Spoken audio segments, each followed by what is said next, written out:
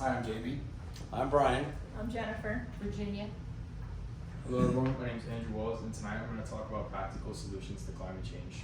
Climate change is one of the biggest problems humans are faced with. Climate change is defined as the dangerous changes to regional climate patterns caused by carbon emissions.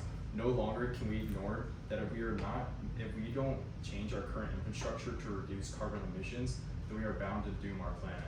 While the reality of it is grim and can be overwhelming, practical solutions can be made to secure the prosperity of our Earth.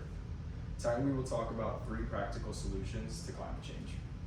To start off with a carbon tax. A carbon tax is the taxing the use of fossil fuels, and it mainly focuses on transportation and industrial emissions. The common misconception that people have is that carbon taxes will raise taxes as a whole for everybody, which is not true. Carbon taxes will not raise it because when you have a carbon tax, you can lower income taxes as well because the government is getting the same sum money that they would have. They've done the same thing with similar things such as tobacco. Nancy Brown, the CEO of the American Heart Association, wrote after many tobacco taxes that the U.S. Surgeon General concluded that increasing cigarette prices through excise taxes leads to reductions in smoking for both youth and adults. That same concept can be applied to climate change. And researchers at MIT Sloan conducted an experiment in which they have tested 2 carbon taxes, one at 5% and one at 25%. And in both, they found that it would have a considerable impact on carbon emissions. They concluded that even the lowest taxation rates could in themselves lead to reductions sufficient to meet the U.S. near-term commitment under the 2015 agreement and the Paris Climate Summit. And the Paris Climate Summit is an agreement between all nations that we would keep global temperature rise below 1.5 Celsius. To gain popular support for a carbon tax, the public must get on board. Because if we don't give them popular support, then politicians won't be motivated enough to start bringing up bills that can pass a carbon tax. The great thing about a carbon tax is that all the revenue will go toward investments in renewable energy. Investments in solar and wind have serious potential to drastically decrease CO2 emissions. Solar panels take in sunlight and produce usable energy through taking in the UV rays and storing it for later consumption. Solar is rapidly becoming cheaper than purchasing coal-powered energy over time.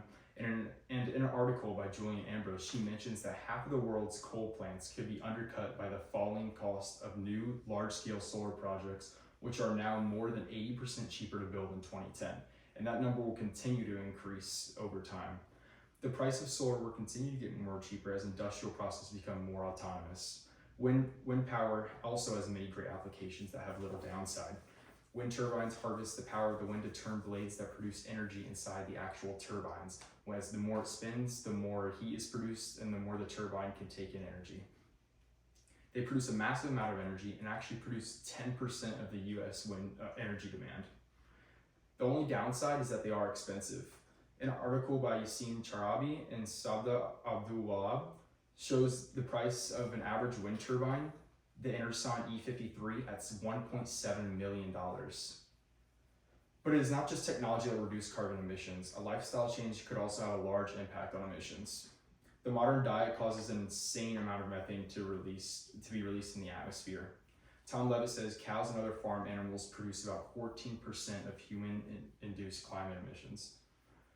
And what makes methane so dangerous is that it is 28 times more powerful than CO2. If society switched to a mainly plant-based diets or even consumed meat that would not produce as many emissions as cows, such as chicken, there would be massive strides made to go carbon neutral. To summarize, we learned about 3 practical ways to combat climate change. Climate change is going to continue to be a problem, even well after we go carbon neutral. But with new technologies and changes, we can secure the prosperity of our Earth. If you want to make a difference, look at aspects of your own life that could change to help go carbon neutral. Thank you. Better.